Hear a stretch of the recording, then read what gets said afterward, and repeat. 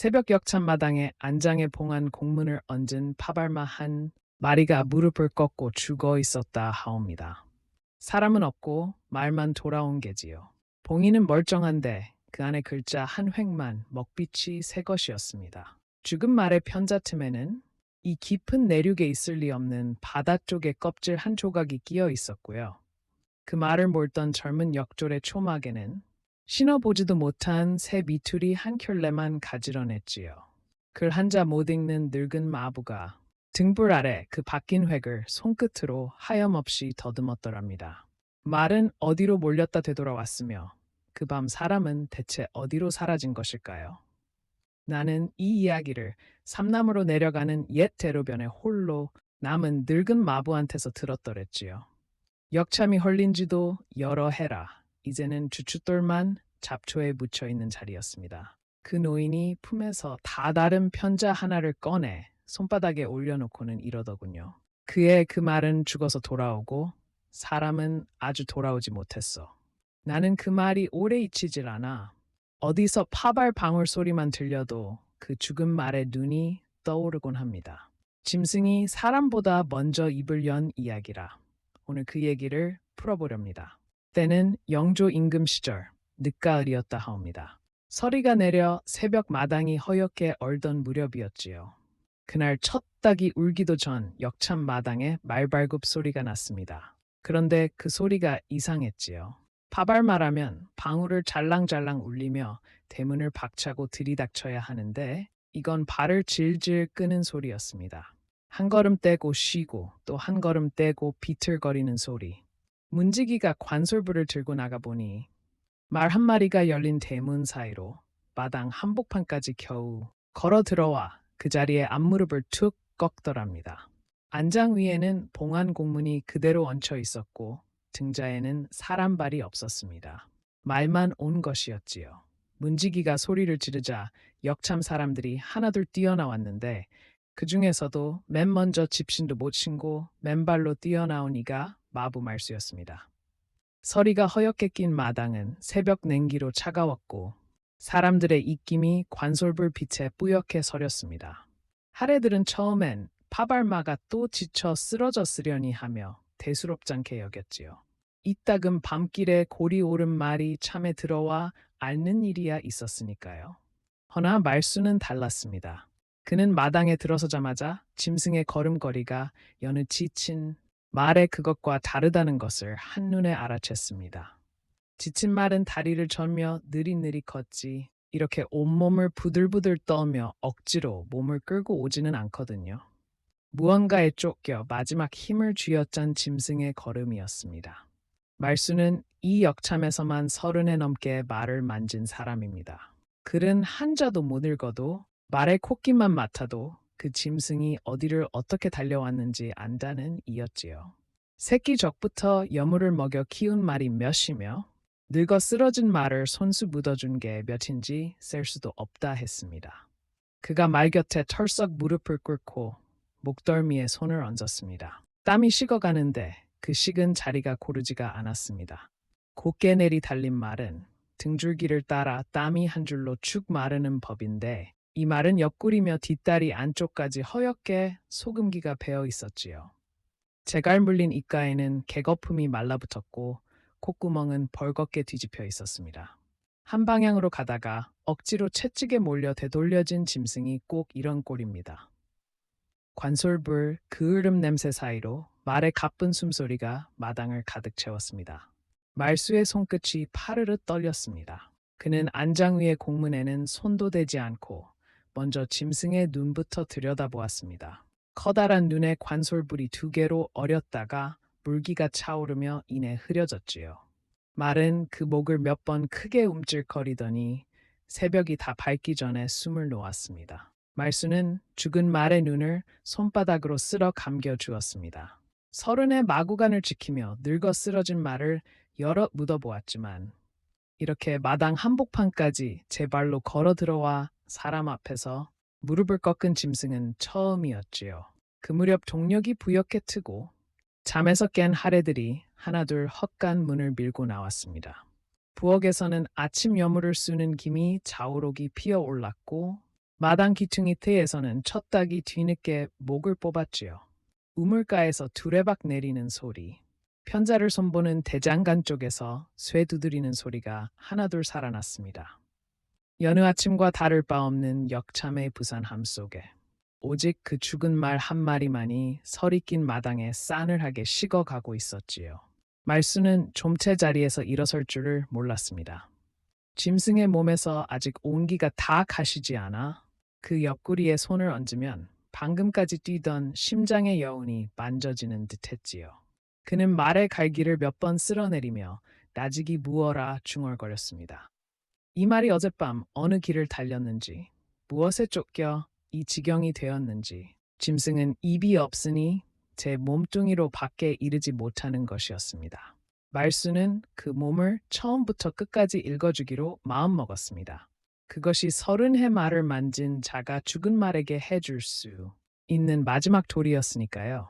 역참 사람들은 혀를 찼습니다. 밤길에 발을 헛디뎌 골병이 든 게지 요즘 파발길이 워낙 험하니 하는 말들이 오갔지요. 허나 말수만은 그 자리에서 일어설 줄을 몰랐습니다. 골병든 말은 애초에 역참 마당까지 걸어 들어오지도 못하고 길바닥에 주저앉는 법이거든요. 이 말은 마지막 힘을 다해 굳이 제 집으로 걸어 돌아와 죽었습니다. 무언가를 데려온 것처럼요. 도둑이 관물을 쥐고 달아났다면 그 말은 도둑과 함께 멀리 사라졌어야 옳습니다. 한데 말은 도둑도 짐도 없이 오직 봉안 공문 한 장만 안장에 얹은 채 홀로 역참으로 돌아와 죽었지요. 누군가 이 말을 일부러 역참 쪽으로 돌려세워 채찍질한 것처럼요. 그렇게 하면 역졸이 관물 쥐고 달아났다는 이야기가 그럴듯하게 맞아떨어지니까요. 훗날 말수는 이 그림을 그려보다가 스스로 몸서리를 쳤다 합니다. 그렇다면 그 말을 돌려세운 손이 곧 사람 하나를 사라지게 한 손일 터였으니까요. 허나 그 새벽에는 아직 죽어가는 말 앞에서 그 무엇도 또렷하지 않았습니다. 날이 부옇게 밝을 무렵 말수는 죽은 말을 마구간 앞 멍석에 니고 발굽을 하나씩 들여다보기 시작했습니다. 서리가 채 녹지 않아 손끝이 고받은데도 그는 편자 틈에 낀 흙을 대꼬챙이로 후벼파며 눈을 떼지 않았습니다. 앞발 두 짝은 여느 대로에 마른 흙이 끼어 있었습니다. 이 근방대로는 산자락을 깎아낸 붉은 마사토라 부스러지면 벌건 가루가 되지요. 말수는 그 붉은 가루를 손끝으로 비벼 털어냈습니다. 여느 파발마라면 네 발굽이 죄이 붉은 흙이라야 마땅했지요. 이 역참을 떠난 말이 어디를 다녀오든 관에서 정한 대로를 따랐다면 붉은 마사토 말고 다른 흙이 낄 까닭이 없었습니다. 그는 뒷발굽으로 손을 옮기며 거기서도 같은 붉은 흙이 나오기를 은근히 바랐습니다. 그래야 이 말의 죽음이 그저 고단한 밤길의 사고로 끝날 테니까요. 그런데 뒷발 편자 틈을 후비던 그의 손이 문득 멈췄습니다. 거기 낀 흙이 달랐습니다. 붉은 마사토가 아니라 검고 차진 진흙이었지요. 손끝으로 비벼 코에 대보니 짭조름한 갯내가 훅 끼쳤습니다. 바닷가 갯벌의 흙이었습니다. 그뿐이 아니었습니다. 그 진흙 사이에 손톱만한 조개 껍질 한 조각이 박혀 있었지요. 오래되어 하얗게 삭은 게 아니라 아직 물기를 머금어 안쪽이 무지갯빛으로 반들거리는 새 껍데기였습니다. 갯가에서 밟은 지 하루도 안 된 것이었지요. 말수는 그것을 손바닥에 올려놓고 한참을 들여다보았습니다. 이 역참에서 파발이 내달리는 길은 산등성이를 끼고 도는 마른 대로뿐입니다. 하루를 꼬박 달려도 바다 냄새는 맡을 일이 없는 깊은 내륙이었지요. 관에서 정한 파발로를 벗어나는 것은 역졸에게 곤장이 떨어지는 중죄라 어느 역졸도 감히 샛길로 새지 않습니다. 한데 이 말은 어디서 갯벌을 밟고 어디서 조개 껍질을 발에 끼워 왔단 말입니까? 파발마가 갈 리 없는 물가를 이 말은 분명 다녀온 것이었습니다. 말수는 조개 껍질을 허리춤 전대에 조심스레 갈무리했습니다. 손끝에 밴 갯내가 하루 종일 가시질 않더랍니다. 흙 한 줌이 이미 죽은 말의 편자 속에서 그날 밤 길에 방향을 일러주고 있었던 게지요. 방울셋을 탄 삼연령 파발이라면 밤낮을 가리지 않고 내달려야 하는 급한 문서를 나르는 법입니다. 역졸은 다음 참에 이르러 말과 문서를 넘기고 표를 받아오는 것이 규례였고 정해진 길을 벗어나면 곤장이 떨어지며 문서를 지체하거나 잃으면 그 죄가 훨씬 무거웠지요. 서른의 마구간을 지킨 말수가 이 규례를 모를 리 없었습니다. 그래서 그는 편자에서 파낸 검은 갯벌 흙과 대로의 붉은 마사토를 각각 다른 헝겊에 싸 조개 껍질과 함께 전대 깊숙이 갈무리했습니다. 빛깔도 찰기도 냄새도 딴판인 두 줌의 흙이 언젠가 말을 대신해 입을 열어줄 날이 오리라 여긴 것이었지요. 그는 죽은 말의 목덜미를 마지막 한 번 더 쓸어주고 자리에서 일어섰습니다. 무릎이 시큰하게 저려왔습니다. 역참의 문서방은 생리오가가 지키는 곳이었습니다. 오생리는 이 역의 문서며 물목이며 샘판을 죄다 손에 든 사람으로 매사에 빈틈이 없고 아래 것들에게도 나긋나긋해 찰방마저 그를 믿고 부렸지요. 봉급샘을 한 톨도 틀리는 법이 없어 역참 살림이 그의 손끝에서 돌아간다는 말이 있을 정도였습니다. 말수가 죽은 말의 안장향에서 벗겨온 공문을 들고 들어서자 오생리는 붓을 놓고 그것을 받아들었습니다. 봉인은 멀쩡했습니다. 붉은 복납에 찍힌 인장 자국이 조금도 뭉개지지 않았고 겉을 두른 종이끈도 뜯긴 데가 없었지요. 오생리는 복납을 손끝으로 톡톡 두드려 보이며 봉인이 이리 성하니 안의 글도 온전할게요.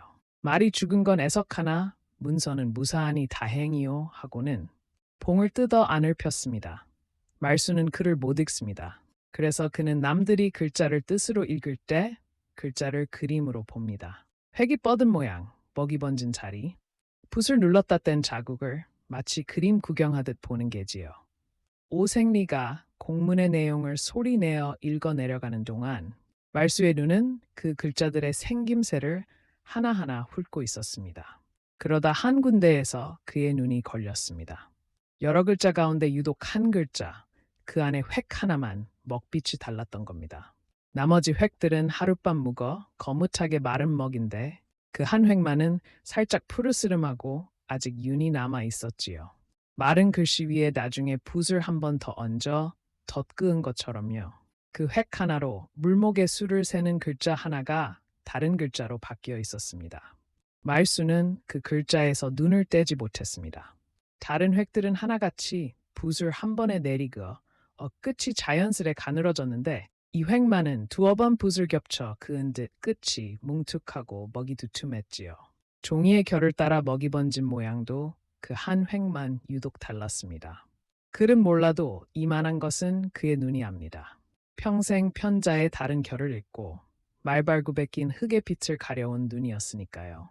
말수가 그 글자를 손끝으로 짚으며 이 획이 어찌 홀로 새 것으로 배우 하고 물었습니다. 오생리에 붙든 손이 아주 잠깐 눈에 뜨일락 말락 멈췄습니다. 그러더니 그는 껄껄 웃으며 늙은이가 글도 못 읽으면서 먹빛은 어찌 아누.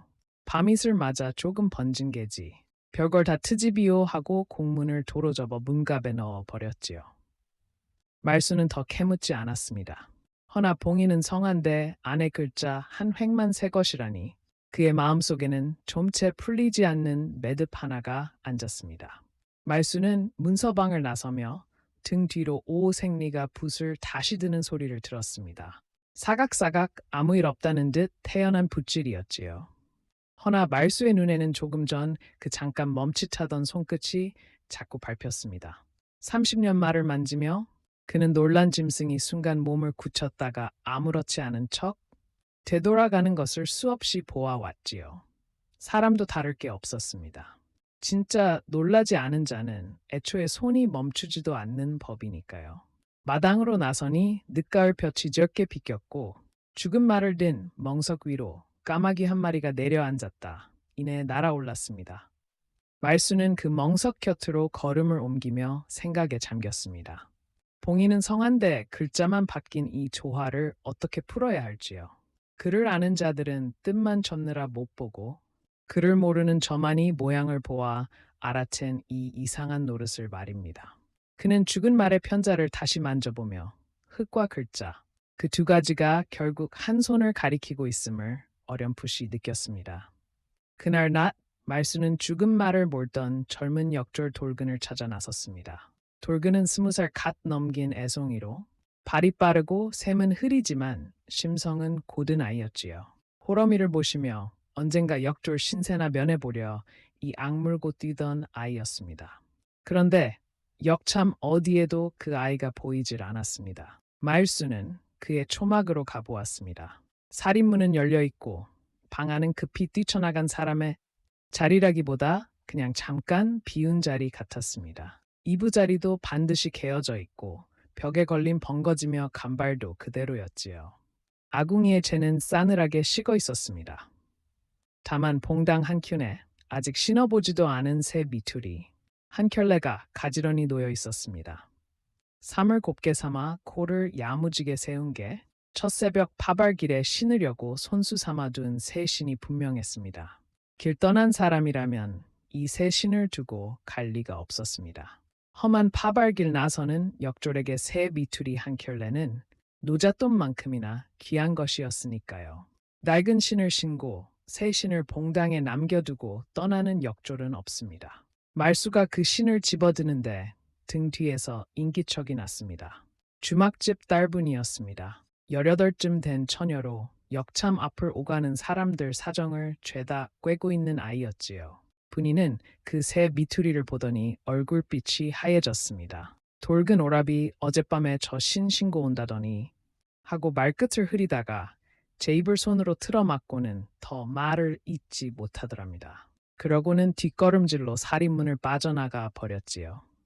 말수는 분이가 사라진 살인문 쪽을 한참 바라보다가 다시 방 안으로 눈을 돌렸습니다. 아궁이에 재는 손을 대보니 싸늘하게 식어 어젯밤 이 방에 불을 지핀 흔적이 없었지요. 돌근이 첫 새벽 파발에 나선 뒤로 이 방은 줄곧 비어 있었던 겁니다. 벽에 걸린 번거지에는 먼지가 앉기 시작했고 봉당의 새 미투리에는 밤이슬이 앉았다 마른 자국이 희미했습니다. 하루 이틀 비운 자리가 아니었지요. 말수는 이 아이가 스스로 떠난 게 아니라는 생각이 조금씩 굳어지는 것을 느꼈습니다. 길 떠난 자는 문단속을 하고 아궁이를 살피고 아까운 새 신을 챙겨가는 법이니까요. 돌근은 그 무엇도 하지 못한 채 사라진 것이었습니다. 말수는 그 새 미투리를 도로봉당에 내려놓지 못하고 한참을 손에 쥔 채 서 있었습니다. 말은 죽어 돌아오고 그 말을 몰던 아이는 손수 삼은 새 신도 못 신어본 채 어디론가 자취를 감춘 것입니다. 봉당에 들이운 늦가을 그림자가 그 새 신 위로 천천히 기어 올라오더랍니다. 그날 저녁 말수는 주막을 찾아갔습니다. 돌근의 낯빛을 마지막으로 본 이가 분이라면 그 아이가 무언가를 알고 있을 성싶었던 게지요. 주막 복력방에는 파장 무렵의 장군 몇이 탁주 사발을 기울이고 있었고 분이는 붓두막 앞에서 국을 뜨다가 말수를 보고는 손을 멈췄습니다.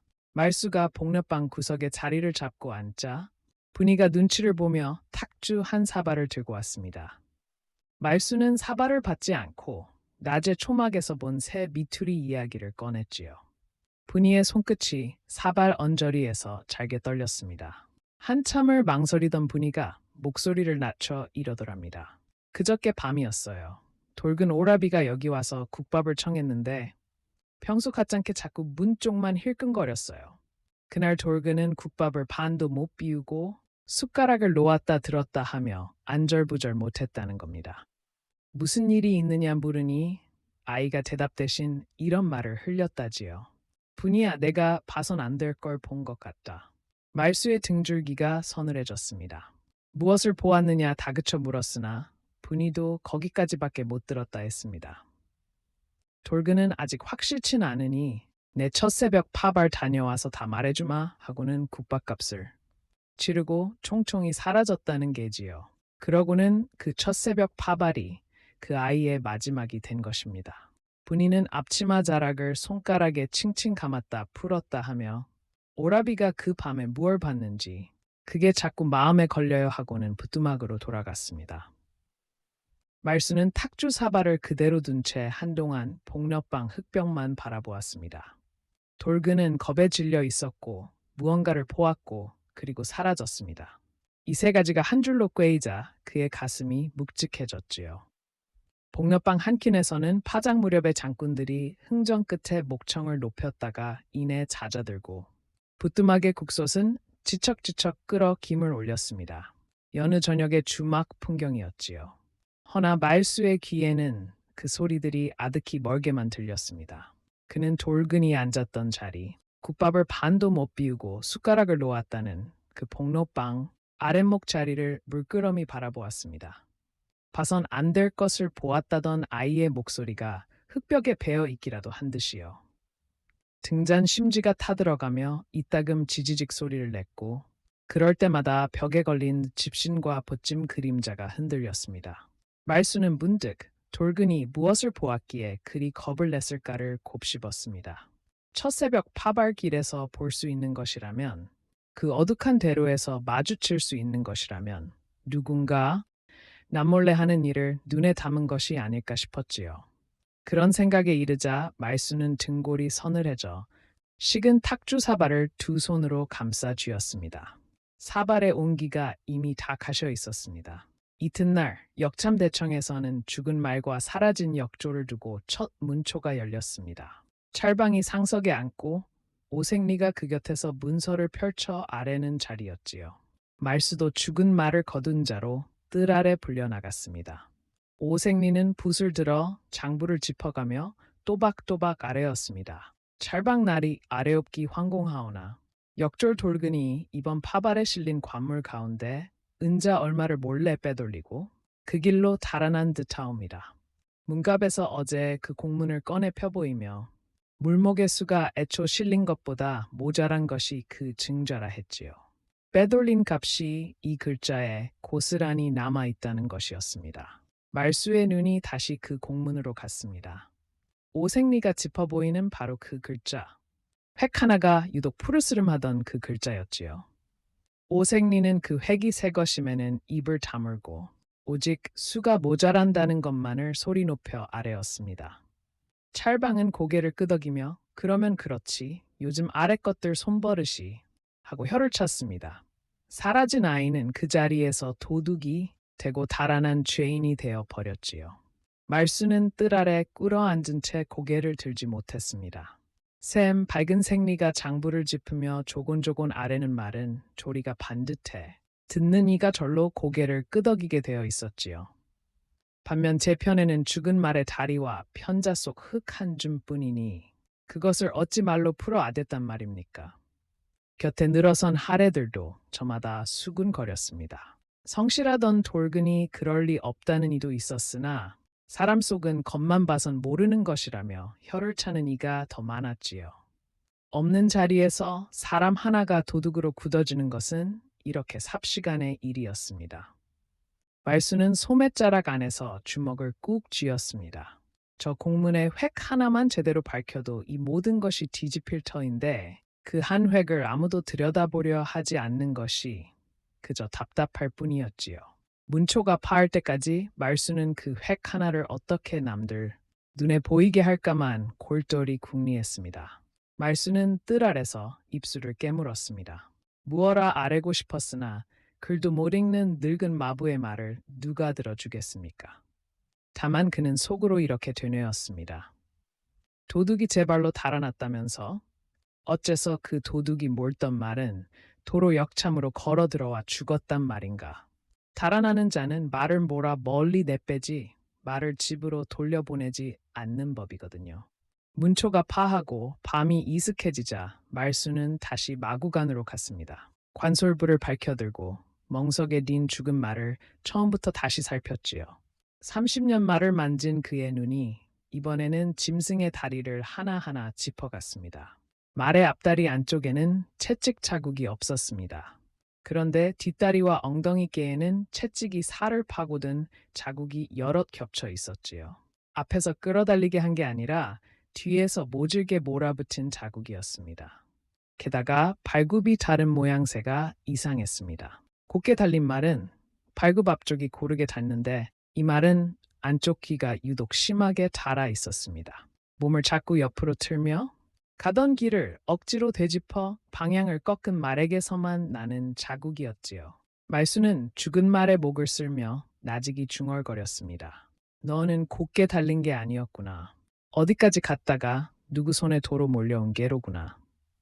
짐승은 대답이 없었지만 그 몸뚱이 곳곳에 그날 밤의 길이 고스란히 새겨져 있었습니다. 어딘가로 갔다가 억지로 되돌려진 말.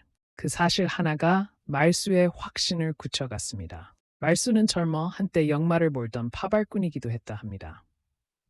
그 시절 그도 밤길에 말을 잃을 뻔한 적이 있어 몰린 말이 어떻게 몸을 트는지, 지친 말이 어느 다리부터 절기 시작하는지를 살로 익혔지요. 그래서 그는 남들이 그저 보아 넘기는 것에서 이야기를 읽습니다. 이 말에 왼쪽 뒷다리 힘줄이 부어오른 것이며 재갈에 쓸린 이가가 유독 한쪽만 헐어 있는 것이며 모두 한 사람이 고삐를 줄곧 한쪽으로만 모질게 잡아챈 자국이었습니다. 곧게 달린 말에게는 결코 생기지 않는 자국이지요. 관솔부를 든 그의 손등에 핏줄이 도드라졌습니다. 그는 죽은 말의 발굽을 다시 들어 안쪽 귀가 다른 모양을 손끝으로 몇 번이고 되짚었습니다. 이만큼 안쪽이 닫으려면 말이 좁은 데서 몸을 여러 번 돌리거나 가던 길을 억지로 되꺾어야 합니다. 넓은 대로를 곧게 달린 말에게서는 나올 수 없는 자국이었지요. 말수는 관솔부를 집더미 곁에 세워두고 죽은 말 옆에 오래 쭈그려 앉아 있었습니다. 짐승이 남긴 자국을 하나라도 놓칠세라 그 눈이 밤새 마구간을 떠나지 못했습니다. 이튿날 아침 말수는 다시 문서방 앞을 서성였습니다. 그 공문을 한 번만 더 보고 싶었던 게지요.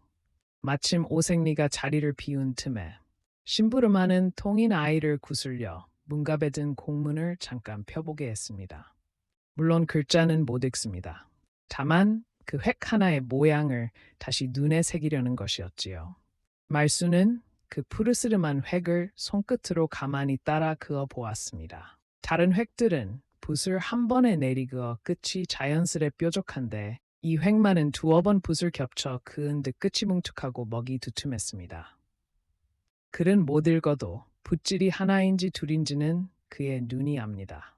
누군가 멀쩡한 글자 위에 획 하나를 더 얹어 물목의 수를 슬쩍 바꿔놓은 것이 분명했지요. 봉인은 뜯지 않은 채로 말입니다. 물목의 수를 세는 글자라 했으니 이 획 하나로 은의 수가 몇이 줄었을 터였습니다. 줄어든 수만큼의 은은 대체 어디로 갔단 말입니까?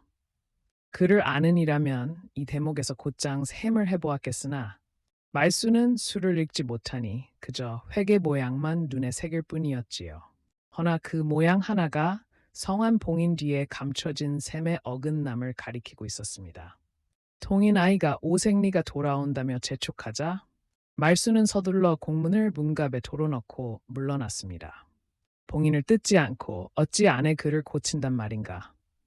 이 대목에서 말수는 벽에 부딪혔습니다.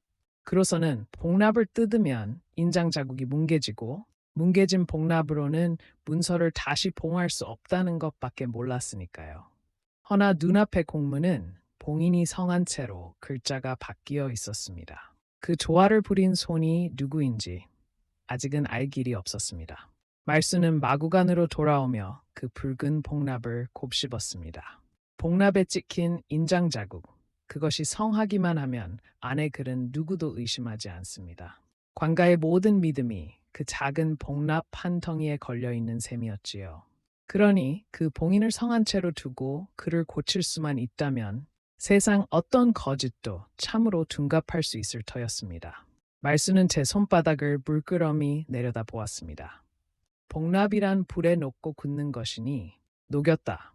다시 굳히는 재주만 있다면 아주 못할 일도 아니겠다 싶었지요. 다만 그 재주를 부린 손이 누구인지 그리고 하필 그 물목의 수를 왜 고쳤는지는 아직 그의 손이 닿지 않는 곳에 있었습니다. 그는 밀랍 냄새를 풍기던 오색리의 손끝을 떠올렸으나 확증 없이 함부로 입에 올릴 수는 없는 노릇이었습니다. 그날 저녁 무렵 말수는 조개 껍질의 내력을 알아보려 갯것을 다루는 일을 찾았습니다. 역참 곁 저작거리에는 이따금 해변에서 소금이며 젓갈을 지고 올라오는 등짐 장수가 들르곤 했는데 마침 그런 소금 장수 하나가 주막 뒤란에 짐을 부리고 있었지요. 말수는 그에게 전대에서 꺼낸 조개 껍질을 보여주었습니다.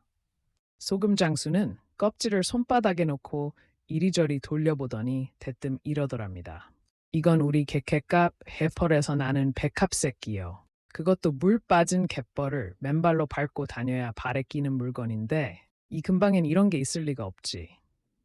그러고는 제 짐을 지고 올라오는 길을 손으로 짚어 보이며 여기서 하루길 남짓 남녘으로 내려가면 갈대밭을 낀 갯가나루가 나오는데 이런 껍질은 딱 거기 것이라 했습니다.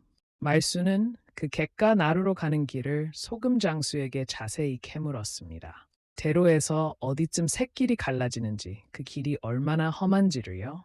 소금 장수는 그 외진 나루엔 요즘 백길도 뜸해 인적이 드물다며 늙으니 혼자 갈 데가 못 된다고 손을 내저었지요. 인적이 드물다. 그 한마디가 말수의 가슴에 걸렸습니다.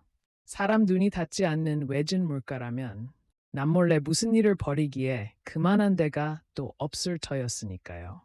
말수는 고맙다는 인사를 남기고 그 길의 초입을 머릿속에 단단히 새겼습니다. 말수의 손끝이 다시 서늘해졌습니다. 하루길 밖에 갯가 나루라면 밥알마가 하룻밤 새 다녀왔다 되돌아올 만한 거리였지요. 죽은 말의 발에 낀 흙과 껍질이 그 밤 말이 어디까지 몰려갔었는지를 이제 또렷이 가리키고 있었습니다.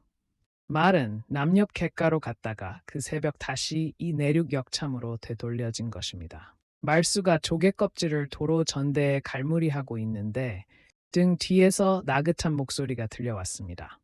오생리였습니다. 언제부터 거기 서 있었는지 그가 뒷짐을 진 채 말수를 내려다보고 있었지요. 말수 자네 요즘 죽은 말 다리며 조개 껍데기며 부지런히도 캐고 다닌다지. 오생리는 여전히 웃는 낯이었으나 그 눈은 웃지 않았습니다. 그가 한 걸음 다가서며 말수의 어깨에 손을 얹었습니다. 늙은 마부가 할 일은 말을 거두고 마구간을 치는 것이지 문서방 일에 끼어드는 게 아니야. 자네 나이에 개난데 힘 빼다 여기서 쫓겨나면 그 늙은 몸으로 어디가 여물을 얻어먹겠나. 말투는 다정한데 내용은 서슬이 펄했지요. 그 순간 말수의 코끝에 낯선 냄새가 스쳤습니다. 오생리의 소매자락에서 나는 냄새였습니다. 밀랍과 초를 녹일 때 나는 들큰하고 비릿한 냄새였지요. 문서의 복납을 다루는 생리라면 초를 만질 일이야 있겠으나 그 손끝을 얼핏 보니 손톱 밑에 허옇게 굳은 밀랍 부스러기가 끼어 있었습니다. 말수는 못 본 척 고개를 숙였습니다. 허나 그 냄새와 손톱 밑 밀랍이 봉인을 뜯지 않고 그를 꽂힌 그 손의 정체를 향해 아직은 희미하지만 한 가닥씩을 들이우고 있었습니다. 그날 밤 말수는 잠자리에 누워서도 오생리의 그 말을 곱씹었습니다. 늙은 마부가 죽은 말 다리며 조개 껍데기를 캐고 다닌다는 것을 생리는 어찌 그리 소상히 알고 있었을까요? 문서방에 앉아 분만 놀리는 자가 마구간 구석의 늙은이가 무엇을 들여다보는지까지 꿰고 있었던 것입니다. 누군가 말수의 걸음을 낱낱이 생리에게 옮기고 있거나 아니면 생리 스스로 말수를 눈여겨보고 있다는 뜻이었지요. 캐지 말라는 그 나긋한 으름장이 도리어 말수의 등을 떠밀었습니다. 텅기는 데가 없는 자라면 굳이 늙은 마부의 걸음을 막을 까닭이 없으니까요. 말수는 어둠 속에서 눈을 뜬 채 날이 밝으면 그 갯가 나루를 제 눈으로 보러 가리라 마음을 다졌습니다. 곤장이 두렵지 않은 것은 아니었으나 도둑으로 몰려 사라진 아이를 생각하면 늙은 몸의 곤장쯤은 아무것도 아니었지요. 날이 밝자마자 말수는 마구간을 다른 하레에게 맡기고 길을 나섰습니다. 죽은 말이 밟고 온 갯가 나루를 제 눈으로 보아야겠다는 것이었지요. 파발로를 따라 내려가다 보면 어디쯤 샛길이 갈라지는지 그 발자국을 되짚어 볼 참이었습니다. 산자락을 끼고 도는 대로는 늦가을 바람에 마른 억새가 서걱거렸습니다. 한나절을 걷다 보니 대로 한켠으로 사람 발길이 뜸한 좁은 샛길 하나가 갈라져 있었지요. 여느 사람이라면 지나쳤을 자리였으나 말수의 눈은 그 샛길 초입 진창에 찍힌 발굽 자국을 놓치지 않았습니다. 편자 자국 하나가 유독 한쪽 귀가 닳아 죽은 말의 그 발굽과 꼭 맞아 떨어졌지요. 그 편자 자국은 대로를 벗어나 남녘 갯가 쪽으로 이어지고 있었습니다. 게다가 그 옆으로는 사람 발자국도 두 벌이나 있었지요. 하나는 성큼성큼 큰 걸음이요. 하나는 그 큰 걸음에 질질 끌려간 듯 흐트러진 걸음이었습니다. 끌고 간 자와 끌려간 자. 말수의 가슴이 서늘하게 내려앉았습니다. 그는 그 샛길로 접어들었습니다. 샛길은 사람 왕래가 드물어 자풀이 우거지고 군데군데 진창이 발목을 붙들었습니다. 말수는 허리를 굽혀 그 두 벌 발자국을 짚어가며 걸었지요. 큰 걸음의 발자국은 깊고 힘이 실렸는데 끌려간 발자국은 뒤꿈치가 자꾸 밀려 흙을 긁은 자국이 났습니다. 발버둥을 친 자국이었지요.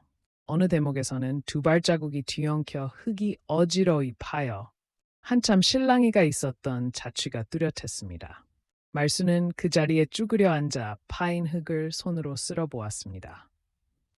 걸음을 옮길수록 갯내가 짙어졌고 그의 늙은 심장도 그만큼 무겁게 뛰었지요. 이 길 끝에 무엇이 기다리고 있을지 그는 이미 어렴풋이 짐작하면서도 차마 그 짐작을 입에 올리지 못했습니다. 다만 늙은 다리를 재촉해 해가 다 기울기 전에 그 끝에 닿으려 걸음을 서둘렀습니다.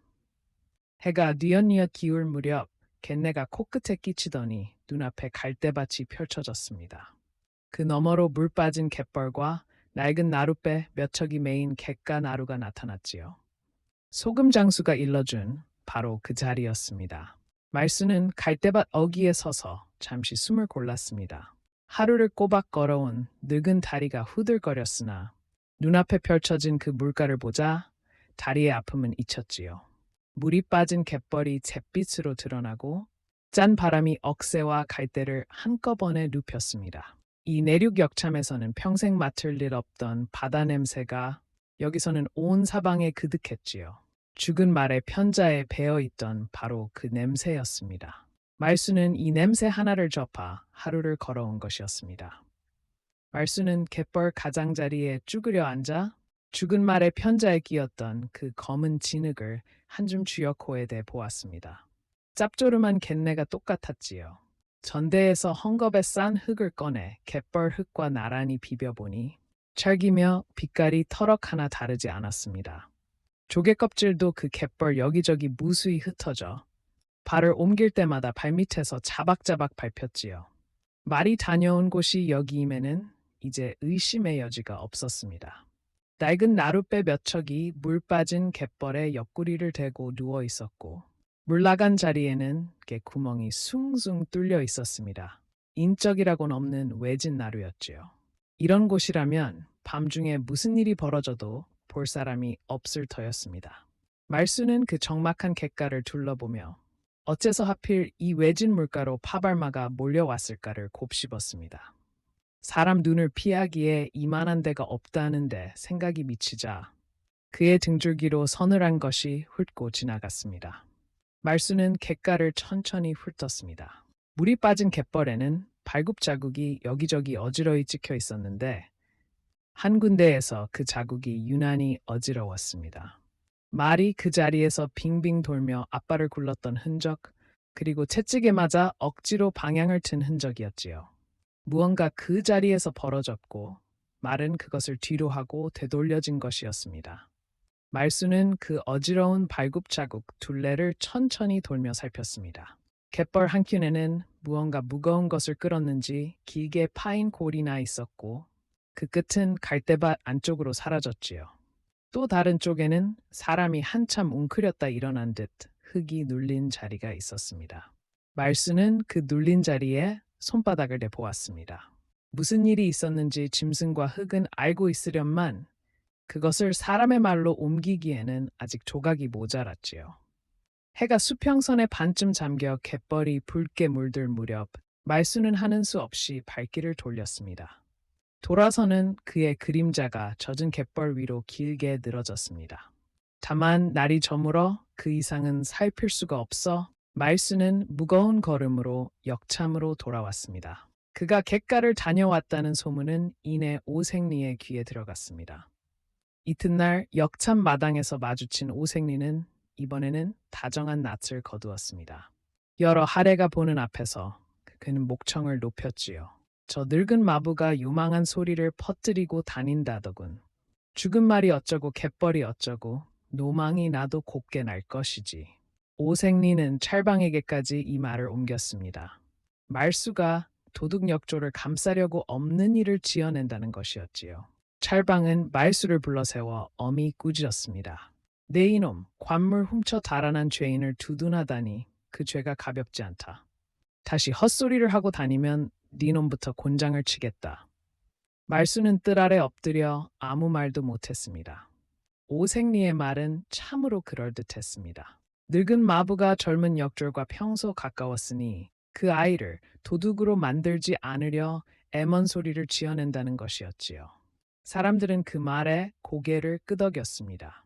정 많은 늙은이가 아끼던 아이를 감싸는 것이야 흔한 일이었으니까요. 그렇게 말수의 입은 스스로 막혔습니다. 무슨 말을 해도 그것은 도둑을 감싸는 소리가 되어 돌아왔지요. 말수는 곤장이 두려운 게 아니라 제 입이 도리어 그 아이를 2번 죽이는 것 같아 견디기 어려웠습니다. 진실을 손에 쥐고도 그것을 꺼내놓을 길이 막힌 늙은이의 밤은 마구간의 어둠보다 깊었습니다. 글도 못 읽는 늙은 마부의 말은 그렇게 미친 늙은이의 헛소리가 되어 짓밟혔습니다. 죽은 말의 다리도 갯벌의 조개 껍질도 획 하나 새 것인 공문도 그 앞에서는 아무 힘이 없었지요. 말수는 제 손바닥에 굳은 살을 물끄러미 내려다 보았습니다. 평생 말고 삐만 쥐어온 손이었습니다. 이 손으로 무엇을 어찌해 볼 수 있을까? 막막하기만 했지요. 그날 밤 마구간에 홀로 앉은 말수의 마음은 사위어 가는 관솔불처럼 식어갔습니다. 손에 쥔 증좌가 일이 많은데 어느 것 하나 힘이 되어주지 못했지요. 도리어 그가 입을 열수록 그는 도둑을 감싸는 미친 늙은이가 되어갔습니다. 샘밟고 언변 좋은 생리의 말 한마디가 30년 마구간을 지킨 그의 눈보다 무거웠던 겁니다. 말수는 집더미에 등을 기대고 눈을 감았습니다. 마구간이 차츰 어둠에 잠기고 남은 말들이 이따금 발을 구르며 코를 풀었지요. 그는 문득 이대로 이 일이 묻히면 그 아이는 영영 도둑으로 남겠구나 싶어 가슴이 저릿했습니다. 호러미를 두고 이 악물고 뛰던 아이가 죽어서도 도둑 소리를 들으며 어느 구렁에 버려져 있을 것을 생각하니 늙은 눈시울이 뜨거워졌습니다. 그는 감았던 눈을 떴습니다. 곤장을 맞더라도 그 갯가를 한 번 더 파보아야겠다는 생각이 그 어둠 속에서 단단히 여물어 갔지요. 그날 밤 말수가 마구간 집더미에 기대 앉아 있는데 분이가 조심스레 찾아왔습니다. 아이는 사방을 둘러보고는 낮에는 차마 못한 말이 있다며 목소리를 죽였습니다. 그 얼굴이 관솔불에 파리하게 흔들렸지요. 돌근 오라비가 사라진 그 밤에 제가 뒷간에 가려고 나왔다가 봤어요. 분이는 마른 침을 삼키고 말을 이었습니다. 그 밤 삼경 무렵 주막 뒤 대로로 2사람이 지나가더랍니다. 앞선 이는 벙거지를 눌러쓴 돌근이었고 그 뒤를 등불도 없이 바짝 따라붙은 이가 하나 더 있었다지요. 어둠 속이라 얼굴은 못 봤으나 그 뒤따르던 이가 걸음을 옮길 때마다 옷자락에서 이상한 냄새가 풍겼답니다. 들큰하고 비릿한 초냄새 같은 게 났어요. 분이가 그 말을 하는 순간 말수의 등줄기가 오싹 곤두섰습니다. 오생리의 소매자락에서 나던 바로 그 밀랍 냄새였으니까요. 돌근을 뒤따라 갯가로 향한 자의 옷겹에서 봉인을 만지는 손의 냄새가 났던 것입니다. 분이는 그게 자꾸 마음에 걸려 잠을 못 잤어요 하고는 오라비가 무사하기만을 빌며 눈물을 훔쳤습니다. 말수는 분이를 다독여 돌려보내고 집더미에 오래도록 앉아 있었습니다. 흩어져 있던 조각들이 이제 한자리로 모여들고 있었지요. 겁에 질린 돌근, 그를 뒤따른 초냄새의 사내, 갯가로 난 2벌의 발자국, 그리고 되돌려져 죽은 말. 다만 돌근이 그 갯가에서 어찌 되었는지 그것만은 아직 그의 눈으로 보지 못한 것이었습니다. 날이 채 밝기도 전 말수는 다시 갯가 나루로 향했습니다. 이번에는 물때를 맞추어 물이 완전히 빠진 새벽 갯벌을 살필 참이었지요. 곤장을 맞더라도 그 자리를 제 눈으로 보아야겠다는 마음뿐이었습니다. 물 빠진 갯벌은 잿빛으로 가라앉아 있었습니다. 말수는 어제 말발굽이 어지러이 돌던 그 자리부터 훑기 시작했습니다. 갈대밭 가장자리, 갯벌과 묻이 맞닿는 그 언저리를 손으로 짚어가며 나아가는데 발끝에 무언가 걸렸습니다. 갈대뿌리 사이에 반쯤 묻힌 것, 그것을 파내든 순간 말수의 손이 떨렸지요. 돌근의 새 미툴이 한 짝이었습니다. 초막 봉당에 남아있던 그 새신의 나머지 한 짝.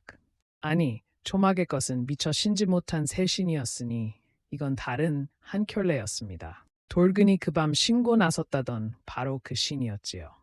삼을 곱게 삼아 코를 세운 솜씨가 초막의 것과 똑같았습니다. 아이가 손수 삼은 신이 분명했습니다. 미투리는 갯벌 진창에 짓눌려 한쪽이 찌그러져 있었고 그 곁 갈대는 무언가 무거운 것에 눌렸다 일어난 듯 꺾여 있었습니다. 말수는 그 신을 진창에서 조심스레 빼내어 흙을 털고 코를 세워 보았습니다. 삼을 삼은 솜씨가 초막 봉당의 그 새 신과 한 손에서 나온 것임에 틀림없었지요. 돌근이 손수 삼아 첫 파발길에 신고 나섰던 바로 그 신이었습니다. 신 한 짝이 이 물가 갈대밭에 이렇게 짓눌려 있다는 것은 그 아이가 여기서 걸음을 멈추었다는 말이었지요. 말수는 그 신 한 짝을 가슴에 품고 갯벌에 무릎을 꿇었습니다. 돌근은 이 갯가를 떠나 어디로 달아난 게 아니었습니다. 이 물가에서 이 갈대밭에서 자취를 감춘 것이었지요. 새 신을 봉당에 남겨둔 아이가 험한 파발길을 다녀와 다 말해주마 하던 아이가 여기서 걸음을 멈춘 것입니다. 밀물이 저 멀리서부터 잿빛 갯벌을 덮으며 밀려오고 있었습니다. 말수는 그 신 한 짝을 품은 채 차오르는 물소리를 오래도록 등지고 앉아 있었습니다.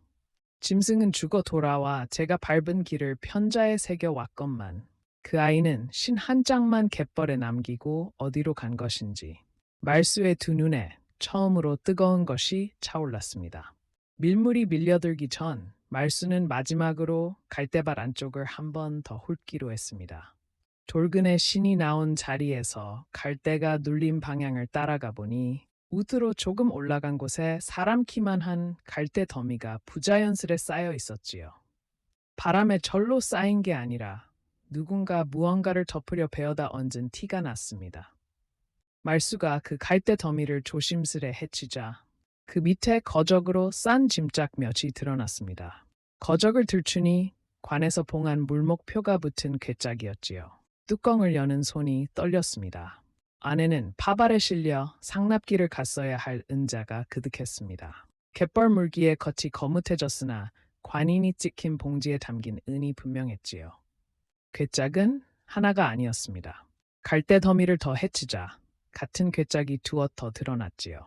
이만한 은이라면 여러 사람 목숨값을 치르고도 남을 재물이었습니다. 말수는 그 은봉지에 찍힌 관인을 손끝으로 더듬어 보았습니다. 파발이 지나는 참마다 이런 봉지를 수없이 실어 날랐으니 그 인의 생김이 그의 눈에 익었지요. 나라의 것임에 틀림없었습니다. 이 외진 갯가에 나라의 은이 갈대에 덮여 밀물을 피해 감춰져 있다는 것. 그 하나만으로도 말수의 손이 서늘하게 식었습니다. 이 은을 감추려고 누군가 사람 하나쯤은 아무렇지 않게 물가에 묻은 것이었으니까요. 말수는 글은 못 읽어도 관물 봉지의 인은 압니다. 이 은은 파발을 따라 상급 관하로 올라갔어야 할 진상 물목이었습니다. 그것이 갯가 갈대밭에 감춰져 있었던 게지요. 누군가 파발에 실린 은을 이 물가에서 빼돌려 감추고 그 빈자리를 덮으려 공문에 물목수를 고쳐 도로 봉인해 보낸 것이었습니다. 죽은 말도 사라진 돌근도 획 하나 새 것인 공문도 모두 이 괴짝 하나로 꿰어졌습니다. 말수는 그 은 괴짝을 앞에 두고 한동안 숨을 고르지 못했습니다. 갯가 새벽 물 한 개가 갈대밭을 뿌옇게 감싸고 멀리서 물대새가 낮게 울었지요. 괴짝에 찍힌 관인은 그가 문서방 드나들며 수없이 보아온 바로 그 인이었습니다. 이 은이 여기 있다는 것은 곧 나라의 물건을 이 외진 물가에 빼돌려 감춘 손이 있다는 뜻이었습니다. 그리고 그 손을 본 사람 하나가 그 때문에 사라졌다는 뜻이기도 했지요. 말수의 손끝이 은봉지의 거뭇해진 겉면을 스쳤다가 이내 움츠러들었습니다. 이것을 함부로 건드렸다가는 도리어 제가 뒤집었을 판이라는 것을 그는 오랜 관과 언저리 삶에서 몸으로 알고 있었지요. 그는 거적과 갈대를 조심스레 도로 덮고 밀물선이 어디까지 닿는지 갯벌에 물 때 자국을 눈으로 가늠했습니다. 이 괴짝이 물에 잠기지 않을 자리임을 확인하고서야 그는 무릎을 짚고 일어섰습니다. 이제 이 일을 아들 곳은 오색리의 손이 닿지 않는 자리여야 했습니다. 역참으로 돌아온 말수는 곧장 찰방을 찾았습니다. 뜰 아래 엎드려 그는 갯가에서 본 것을 낱낱이 아뢰었습니다. 되돌려져 죽은 말의 다리, 갯벌의 조개 껍질, 돌근의 신 한 짝, 그리고 갈대 더미 밑에 은 괴짝을요.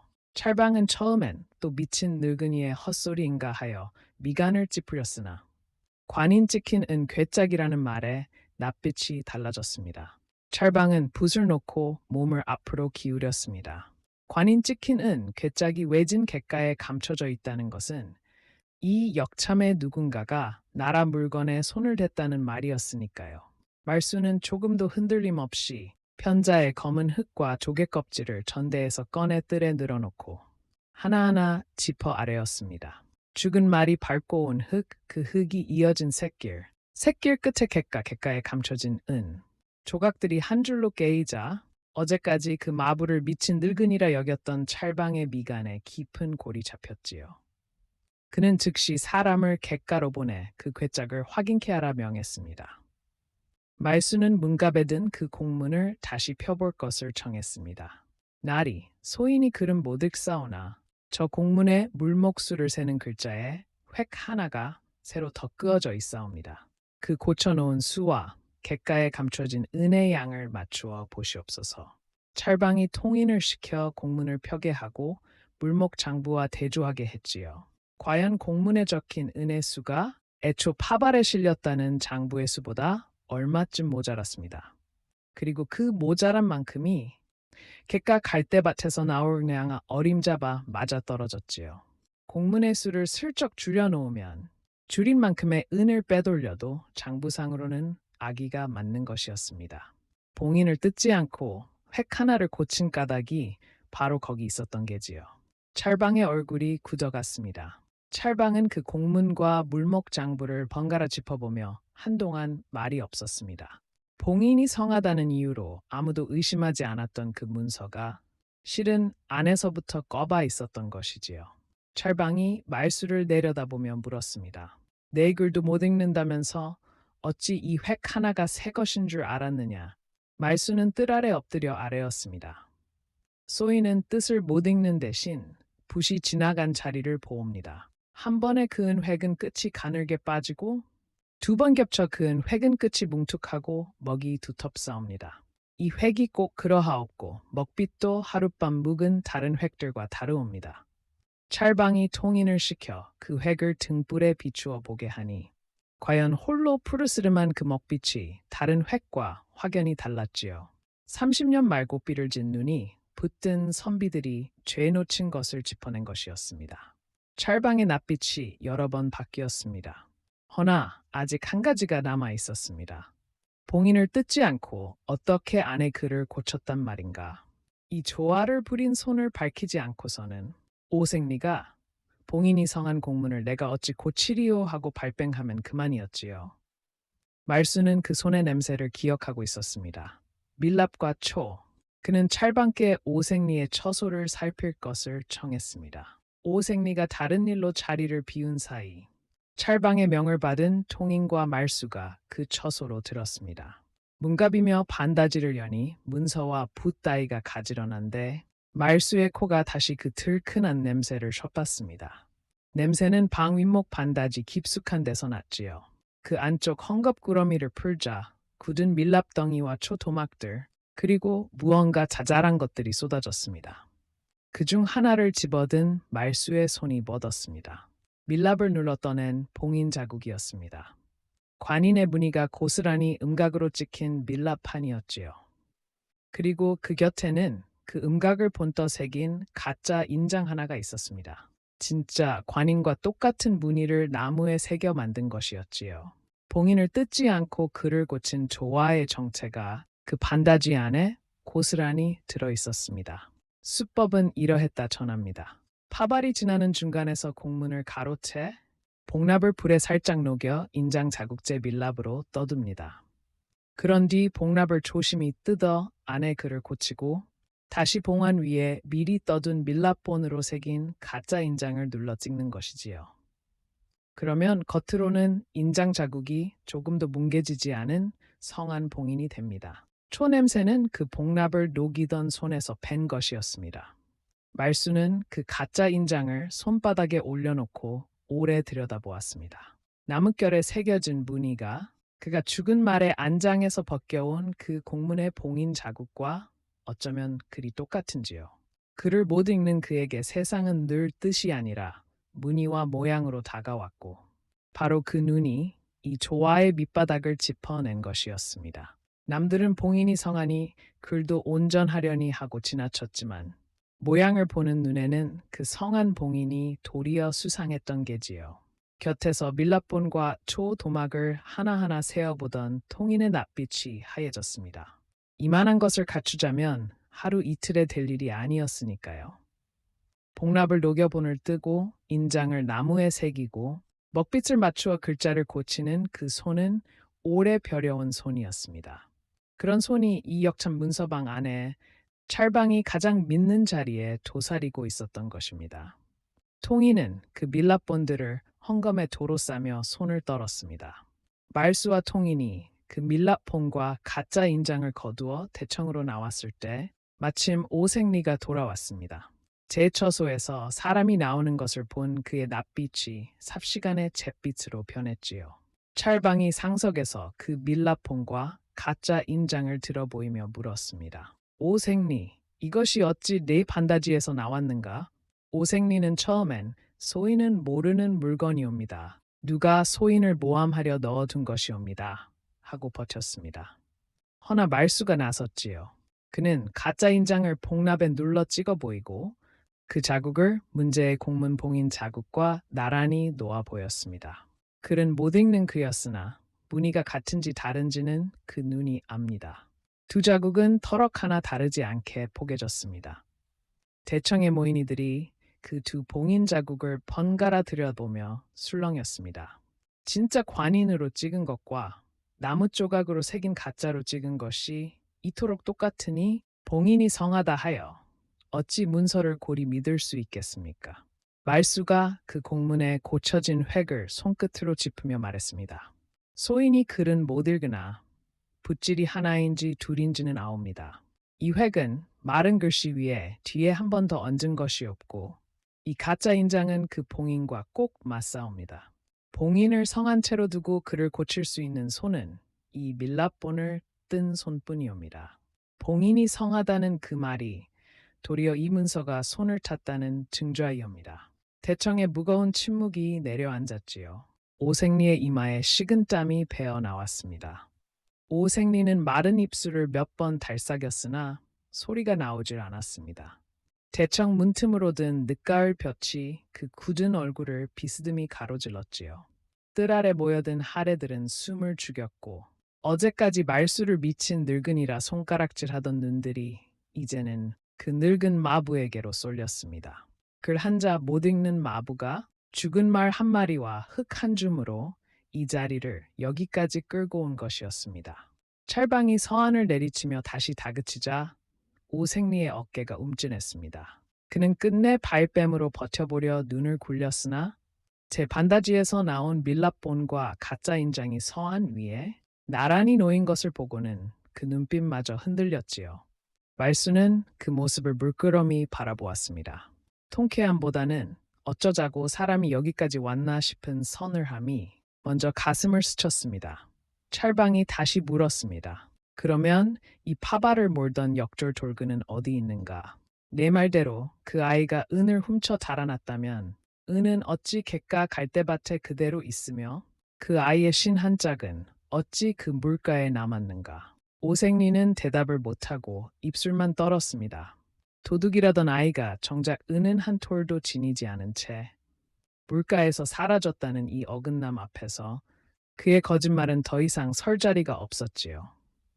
오색리는 그래도 마지막까지 발버둥을 쳤습니다. 그것은 소인이 모르는 일이옵니다 하며 소매자락으로 이마에 땀을 훔쳤지요. 허나 그 소매자락에서 또 그 들큰한 밀랍 냄새가 풍기자 대청에 늘어선 이들의 눈이 일제히 그 손으로 쏠렸습니다. 손톱 밑에 허옇게 낀 밀랍이 등불에 도드라졌지요. 복납을 녹이고 인장을 새기던 그 손이 이제 만인의 눈앞에 그대로 드러난 것이었습니다. 말수가 낮이기 그러나 또렷이 아래였습니다. 돌그는 그 밤 파발길에 이은이 갯가로 빠지는 것을 보았을 것이옵니다. 그래서 겁에 질렸던 것이지요. 봐선 안 될 것을 본 아이를 그 갯가에서 입막음한 것이옵니다. 그러고는 아이가 몰던 말에 고친 공문을 얹어 도둑이 달아난 것처럼 꾸며 도로 몰아보낸 것이옵니다. 허나 말은 제 집을 잊지 않아 억지로 몰린 몸으로도 역참으로 걸어 돌아와 죽었사옵니다. 오색리의 무릎이 대청 바닥에 툭 꺾였습니다. 찰방은 관차를 풀어 갯가 나루로 사람을 보냈습니다. 말수가 앞장을 섰지요. 물이 빠지기를 기다려 돌근의 신 한 짝이 나온 그 갈대밭 언저리를 파내려갔습니다. 갯벌 진흙은 사비들 때마다 짭조름한 냄새를 개워냈습니다. 얼마 지나지 않아 갈대뿌리 아래 얕게 묻힌 것이 드러났지요. 돌근이었습니다. 그 아이는 갯벌 진흙에 덮여 신 한 짝을 잃은 맨발로 그곳에 누워 있었습니다. 손수 삼은 새 신도 못 신어보고 호럼 있게 다녀오마 인사도 없이 그렇게 물가에 묻혀 있었던 게지요. 말수는 품에 지녀온 그 신 한 짝을 아이의 맨발 곁에 가만히 놓아주었습니다. 한 켤레가 그제야 다시 만난 것이었습니다. 관차들이 진흙을 조심스레 걷어내는 동안 말수는 그 곁에 앉아 아이의 얼굴에 묻은 흙을 소매자락으로 닦아주었습니다. 20살 갓 넘긴 앳된 얼굴이었지요. 봐선 안 될 것을 보았다는 죄 하나로 이 아이는 새 신도 못 신어보고 이 차가운 물가에 묻힌 것이었습니다. 말수의 늙은 손이 자꾸 떨려 흙을 닦는 손길이 몇 번이나 멈췄지요. 갯바람이 갈대를 서걱서걱 흔들고 물대새가 멀리서 낮게 울었습니다.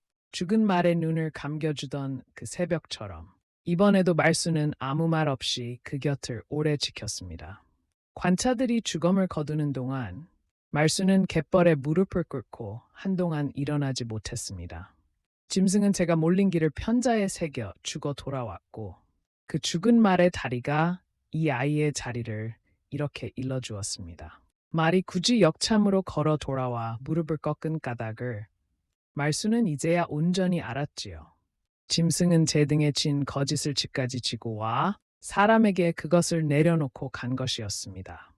관차들이 주검 위에 거적을 덮자 갯바람이 그 거적 자락을 가만히 들었다 놓았습니다. 말수는 돌근의 호러미를 떠올렸습니다. 아들이 파발 다녀오면 다 말해주마 하던 그 말을 믿고 어미는 아직도 문 밖을 내다보며 아들을 기다리고 있을 터였지요. 손수 삼은 새 신을 신어보지도 못한 아이를 이제 무슨 낯으로 어미께 데려간단 말입니까? 말수는 소매로 눈가를 훔쳤습니다. 저 멀리서 물이 다시 차오르기 시작해 관차들은 서둘러 주검을 읍으로 옮겼습니다. 밀려드는 물소리가 마치 아이의 마지막 밤을 삼켰던 그 물소리처럼 낮게 울렸지요. 돌근의 주검과 갯가에는 밀랍봉과 가짜 인장, 획 하나 고쳐진 공문이 낱낱이 갖추어지자 오색리의 죄는 더 덮을 수가 없었습니다. 관하로 이송된 그는 추구 끝에 죄를 자복했지요.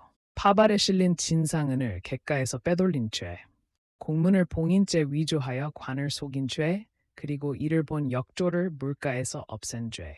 어느 하나 가볍지 않은 중죄였습니다. 추국 마당에서 오색리는 처음엔 이런저런 핑계로 죄를 흐리려 들었다 합니다.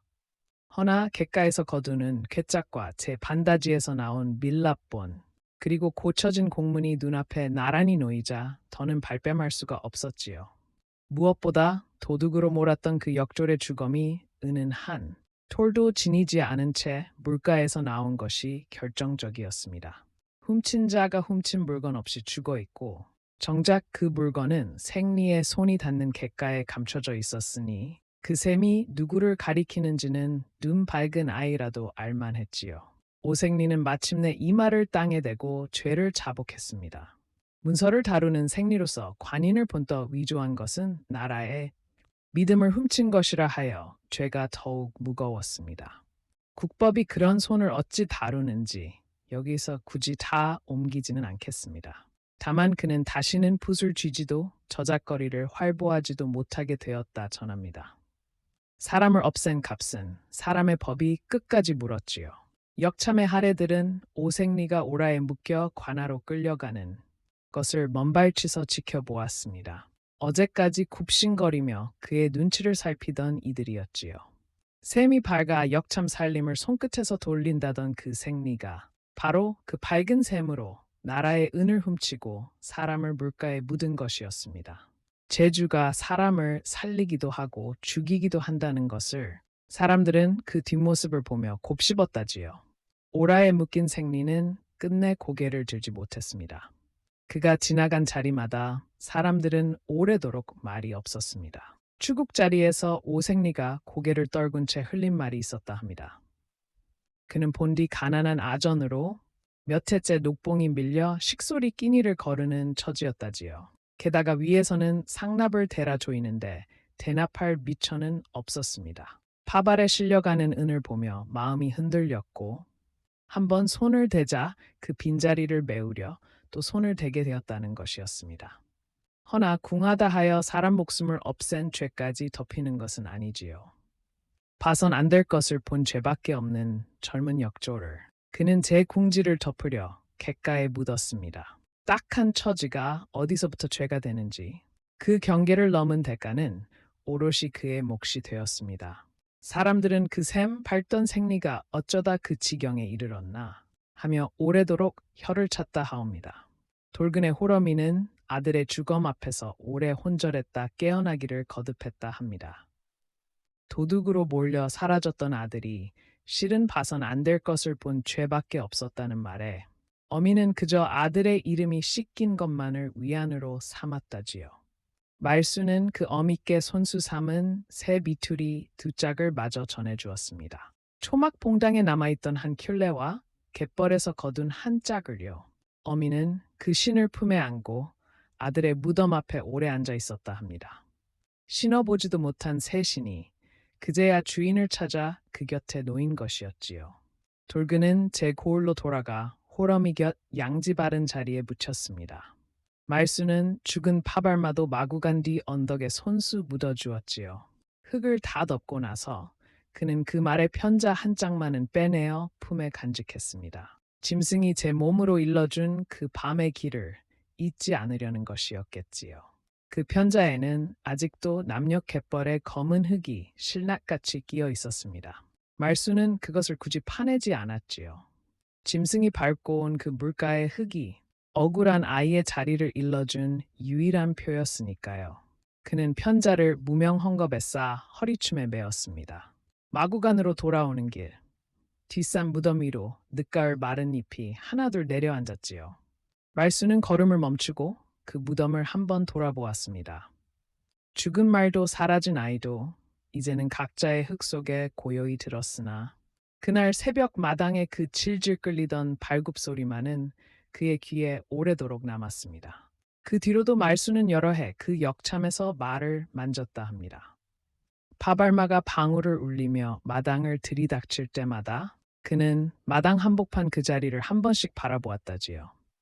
새 신을 삼던 젊은 역졸도 되돌려져 죽은 말도 이제는 흙 속에 고요히 잠들었으나 편자 한 짝은 그의 품에서 늘 갯내를 풍기는 듯했습니다.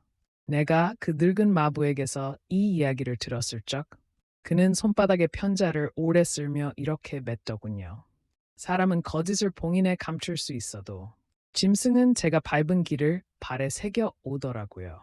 말은 끝내 한마디 울음도 없이 그 밤을 다 일러주고 갔건만 정작 그 아이는 무엇을 어디까지 보았던 것인지 이제 와 물을 데가 없다며 편자만 만지작거렸습니다. 나 역시 그 대목이 오래 마음에 남습니다. 짐승이 사람보다 먼저 입을 연 이야기라 했지만 실은 그 아이가 마지막 밤에 삼던 새 신 한 켤레가 신어보지도 못한 채 주인을 기다린 그 신 두 짝이 어쩌면 가장 먼저 우리에게 무언가를 말하고 있었던 것은 아닌지. 파발 방울 소리가 잦아든 지 오래인 지금도 나는 그 물음 앞에서 자꾸 걸음을 멈추게 되더랍니다.